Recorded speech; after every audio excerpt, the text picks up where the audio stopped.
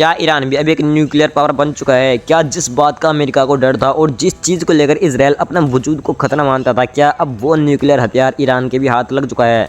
दरअसल बहुत सारी रिपोर्ट्स ऐसे निकल कर आ रही है, ईरान के पर्दिस इलाके में आज रात तकरीबन 9 बार अर्थक्वेक आया, 9 बार भूकंप आया। और इस भूकंप में सबसे अजीब बात ये रही कि ईरान के अंदर किसी भी तरह का कोई नुकसान, किसी भी तरह की कोई हानि नहीं हुई। और इसी बात को लेकर दुनिया भर के लोग ये सवाल उठा रहे हैं कि क्या ईरान के पास न्यूक्लियर आ चुका है, क्या ईरान ने अपने न्यूक्लियर का टेस्ट कर लिया है, और क्या ईरान ने तकरीबन 9 बार न्यूक्लियर का टेस्ट किया। हालांकि दुनिया भर के लोग अभी इस बात पर सवाल उठा रहे हैं, बट ईरान की तरफ से अभी इस चीज को लेकर किसी भी तरह की कोई कंफर्मेशन सामने नहीं आई। ना ही ईरान ने इस बात को एक्सेप्ट किया कि हमने ये न्यूक्लियर का ही टेस्ट किया है, और ना ही ईरान ने इस बात को डिनाई किया। आपको याद होगा, मैंने आपको पिछली रिपोर्ट में बताया था, ईरान ने कहा था कि अगर अमेरिका हम पर हमला करता है या करने की कोशिश करता है तो हम अपने यूरेनियम को अप टू 90% तक इनरीच कर सकते हैं। और अगर ईरान 90% तक यूरेनियम को इनरीच कर ले तो ईरान कहीं ना कहीं उस यूरेनियम से न्यूक्लियर वेपन बना सकता है। इसी तरह अमेरिका ने जो ईरान के सामने अभी एक प्रपोजल रखा था, जिसमें मेन मुद्दा यही था कि ईरान न्यूक्लियर को पूरी तरह छोड़ देगा और ईरान के अंदर जितनी भी न्यूक्लियर फैसिलिटीज है, ईरान अपनी उन न्यूक्लियर फैसिलिटीज को खुद ही ध्वस्त कर लेगा। और ईरान के पास जितना भी इनरिच यूरेनियम है, ईरान उस यूरेनियम को भी हैंड ओवर कर देगा। ईरान ने अमेरिका के इस प्रपोजल को रिजेक्ट कर दिया था। ईरान ने बिल्कुल साफ कहा था कि ना ही तो हम अपने न्यूक्लियर फैसिलिटीज को तबाह करेंगे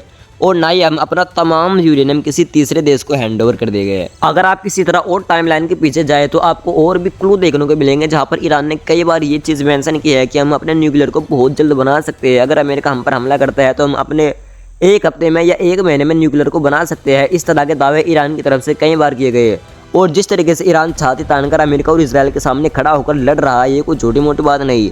कुछ तो ईरान के पास है। हो सकता है ईरान या तो बहुत ही करीब हो न्यूक्लियर हथियार बनाने में, या फिर ऐसा भी हो सकता है कि ईरान ने कल रात न्यूक्लियर का टेस्ट कर लिया हो। हालांकि अभी इस चीज़ के बारे में किसी भी तरह की कोई ऑफिशियल स्टेटमेंट ना ही तो अमेरिका की तरफ से आया और ना ही अभी तक ईरान की तरफ से आया। हालांकि ईरान के जो पहले सुप्रीम लीडर थे, उन्होंने ये फतवा भी दिया था कि न्यूक्लियर बनाना हमारे लिए हराम है। एक ऐसा हथियार बनाना जिससे आम इंसानों की बहुत ज्यादा जान जाती हो, ऐसा हथियार बनाना हमारे लिए हराम है। लेकिन जिस तरीके से आज का माहौल है, जिस देश के पास भी आज के टाइम में न्यूक्लियर है, वो उसके लिए सबसे बड़ा डिफेंस हथियार बन चुका है। आप गौर करके देखना, आज के टाइम में जिस देश के पास भी न्यूक्लियर है, बहुत ही कम चांस होते हैं कि उसके साथ लड़ाई हो और इजराइल और अमेरिका उस देश के ऊपर हमले करे। आज दुनिया में तकरीबन 9 देशों के पास ऑफिशियली न्यूक्लियर है, जिसमें सबसे पहला देश आता है रसिया, जिसके पास तकरीबन 5459 न्यूक्लियर वॉरहेड है। दूसरे नंबर पर आता है यूनाइटेड स्टेट्स, जिसके पास तकरीबन 5177 न्यूक्लियर वॉरहेड है। तीसरे नंबर पर आता है चाइना, जिसके पास 600 न्यूक्लियर बम है। चौथे नंबर पर आता है फ्रांस, जिसके पास 290 है। फिर आता है यूनाइटेड किंगडम, जिसके पास तकरीबन 225 है। फिर आता है हमारा देश अपना भारत, जिसके पास तकरीबन 180 है। फिर आता है पाकिस्तान, जिसके पास तकरीबन 170 है। फिर आता है इजराइल, जिसके पास 90 है। फिर आता है नॉर्थ कोरिया, जिसके पास तकरीबन 50 है। और इनमें इजराइल वो देश है जिसने ना ही तो ये ऑफिशियल इस बात की कन्फर्मेशन दुनिया के सामने की है कि हमारे पास न्यूक्लियर है, और ना ही इस बात को डिनाई किया है। लेकिन फिर भी दुनिया भर के लोग इस बात को मानते हैं कि हाँ, इजराइल के पास न्यूक्लियर है। और शायद अब ईरान भी इजराइल वाले लिस्ट में आते हुए नजर आ रहा है। हो सकता है ईरान के पास न्यूक्लियर हो या बना लिया हो, लेकिन दुनिया के सामने इस बात की कंफर्मेशन नहीं कर रहा। लेकिन एक बात तो बिल्कुल साफ है, अगर ईरान के पास किसी भी तरीके से न्यूक्लियर आ गया या ईरान ने अगर न्यूक्लियर बना लिया हो, तो ये इजराइल के वजूद को यकीनन बहुत बड़ा खतरा होगा। इस बात को इजराइल भी मानता है। और ईरान का भी एजेंडा यही है कि इजराइल के वजूद को नक्शे से ख़त्म करना। इजराइल एक ऑक्यूपाइड देश है, इसने फिलिस्तीन पर कब्जा करके अपने देश को बनाया हुआ है। और दूसरी बात, इजराइल एक बहुत छोटा सा देश है। अगर इजराइल के ऊपर ईरान 1-2 न्यूक्लियर वेपन यूज़ कर दे तो शायद इजराइल सर्वाइव भी ना कर सके।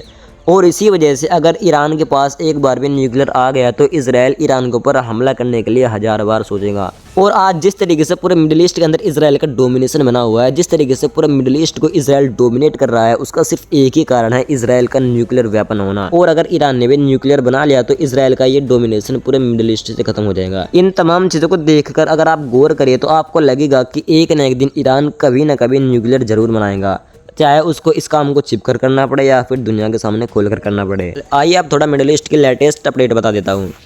दरअसल लेबनान ने पहली बार यूनाइटेड नेशन में ईरान के खिलाफ याचिका दायर कर दी है। लेबनान का कहना है कि ईरान हमारे अंदरूनी मामलों में हस्तक्षेप कर रहा है। लेबनान का कहना है कि ईरान वियना कन्वेंशन का उल्लंघन कर रहा है। आपको याद होगा, ये वही लेबनान है जब अमेरिका और ईरान के दरमियान सीज फायर हुआ था, और उस सीज फायर के बाद इसराइल के हमले लेबनान के ऊपर जारी थे। और इन हमलों को देखते हुए ईरान की जनता, ईरान के लोग सड़कों पर आ गए थे कि हमको ऐसा सीज फायर नहीं चाहिए जिसमें हमारे लेबनीज भाइयों के ऊपर इसराइल हमले करते रहे और हम यहाँ सीज फायर बनाए। और इसी लेबनान के लिए ईरान ने अमेरिका से कहा था कि जब तक इजराइल लेबनान पर हमले नहीं रोकेगा, जब तक सीज फायर लेबनान के साथ भी नहीं होगा, तब तक हम किसी भी तरह की कोई बातचीत अमेरिका के साथ नहीं करेंगे। लेकिन उन तमाम चीज़ों के बावजूद भी आज पहली बार लेबनान की सरकार ने यूनाइटेड नेशन में ईरान के खिलाफ याचिका दायर की है। फिलहाल पता नहीं लेबनान की सरकार के दिमाग में क्या चल रहा है। इसी तरह यूएई की भी हकीकत लगातार सामने आ रही है। पिछली रिपोर्ट में मैंने आपको बताया था कि यूएई के अंदर इजराइल ने अपने आयरन डोम को तैनात किया। फिर रिपोर्ट आई यूएई के अंदर इजराइल ने अपने लेजर डिफेंस को तैनात किया। फिर रिपोर्ट आई कि यूएई ने इस युद्ध के दौरान ईरान के ऊपर हमले भी किए। और अब इसी तरह की एक और पोल दुनिया के सामने यूएई की खुद अमेरिका के अखबार वॉल स्ट्रीट जर्नल ने खोल दिया है। दरअसल अभी हाल ही में वॉल स्ट्रीट जर्नल की रिपोर्ट ने बताया कि इजराइल, अमेरिका और ईरान की इस वॉर के चलते इजराइल की इंटेलिजेंस एजेंसी मोसाद के प्रमुख ने यूएई की तकरीबन 2 बार यात्राएं की। ये है यूएई की हकीकत। और आप मेरी एक बात को नोट करके रखना, अगर इस बार फिर इजराइल, अमेरिका और ईरान का ये वॉर शुरू होता है और ईरान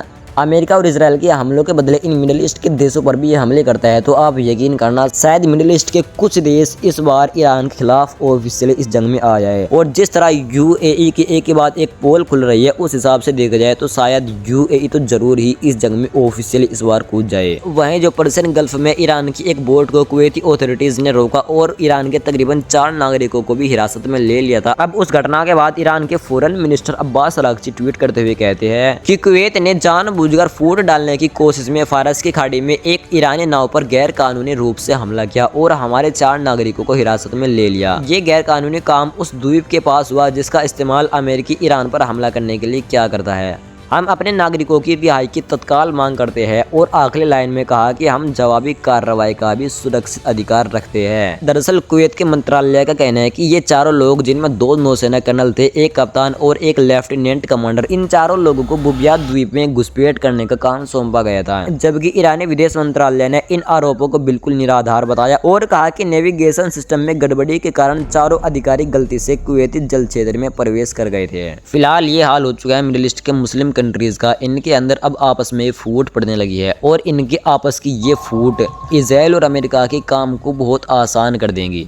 वहीं ईरानी सांसद की राष्ट्रीय सुरक्षा और विदेश नीति समिति के प्रमुख ने बुधवार को कहा, ये खबर मैं आपको आज बता रहा हूँ, हो सकता है ये खबर आप कल देखें, बट ये बुधवार की है। बुधवार को उन्होंने कहा था कि स्ट्रेट ऑफ हॉर्मुज के प्रबंधन की योजना को अंतिम रूप दे दिया गया है और समीक्षा के लिए संसद को सौंप दिया गया है।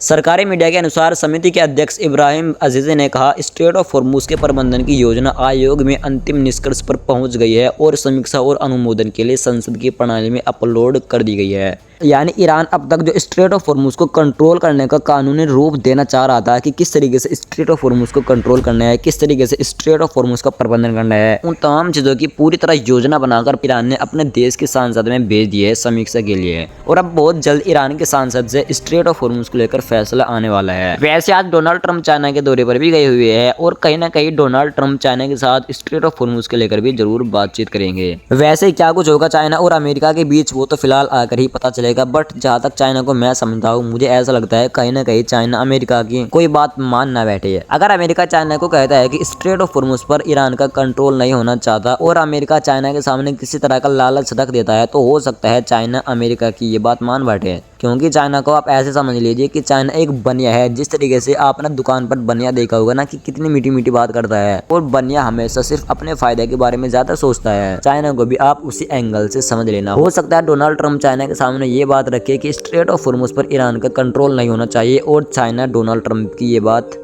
मान बैठे और फिर कहीं ना कहीं ईरान के सामने स्ट्रेट ऑफ हॉर्मुज पर कंट्रोल करने की एक बहुत बड़ी मुश्किल खड़ी हो जाए। वैसे ईरानी सेना के प्रवक्ता ने बिल्कुल साफ कह दिया कि हमारे लोग और हमारी सेना के दृढ़ संकल्प ने दुश्मन को उसके किसी भी मकसद को हासिल करने से रोक दिया और स्ट्रेट ऑफ हॉर्मुज पर नियंत्रण से हमें तेल से होने वाली आय से दोगुनी आर्थिक आय प्राप्त होगी। साथ ही हमारी विदेश नीति की शक्ति भी मजबूत होगी। इस युद्ध के बाद पीछे हटने का कोई रास्ता नहीं होगा। यानी ईरानी सेना के प्रवक्ता ने यहाँ पर बिल्कुल साफ कह दिया कि अब हम किसी भी तरह पीछे नहीं हटेंगे और जितना पैसा हम अपने तेल को बेचने से कमाते थे, अब हम स्ट्रेट ऑफ हॉर्मुज को कंट्रोल करके स्ट्रेट ऑफ हॉर्मुज से टैक्स वसूलने से अब उससे दुगना पैसा कमाएंगे। वहीं फिलिस्तीन के अंदर एक जगह है रामल्ला, वहां पर तकरीबन 14 साल का एक लड़के को इजरायली सेना ने गोली मारकर हत्या कर दी है। वैसे गाजा की बात इतनी हो नहीं रही, वरना जो इनको करना है वो तमाम चीजें गाजा के अंदर कर रही है और अब तो ये गाजा के ऊपर बमबारी करने का भी बहाना तलाश कर रही है। पिछली रिपोर्ट में मैंने आपको टाइम्स ऑफ इजराइल की खबर बताई थी, जिसमें इजराइल ने दावा किया था कि हमें गाजा से कुछ ऐसे क्लासिफाइड डॉक्यूमेंट्स मिले हैं जिनसे पता चलता है कि हमास गाजा के अंदर फिर से रिकवर हो रहा है और वो अपने बटालियनों में बहुत सारे लड़ाकों को भी शामिल कर रहा है।